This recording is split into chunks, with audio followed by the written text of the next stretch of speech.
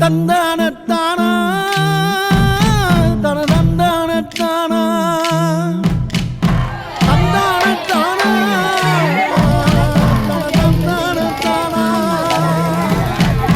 தந்தானத்தானா தந்தானத்தானா. பெற்ற குழந்தைகளை தவிக்க விட்டு தாய் தந்தை செய்த செயலால் அப்பகுதி மக்கள் பெரும் சோகம். புது வீட்டில் குடியேறிய 10 நாட்களில் இப்படி ஒரு விபரீத முடிவெடுக்க என்ன காரணம்? கரூர் மாவட்டம் அரவக்குறிச்சி அடுத்த கல்வராயப்பட்டி கிராமத்தை சேர்ந்தவர் தான் ஐயப்பன். இவருடைய மனைவி ஜெயா.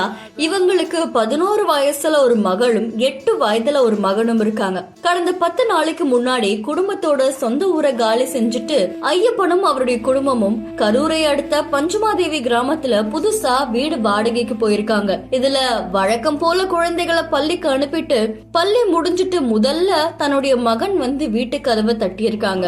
ஆனா ரொம்ப நேரமாகியும் பூட்டின வீடு பூட்டினபடியே இருந்தது.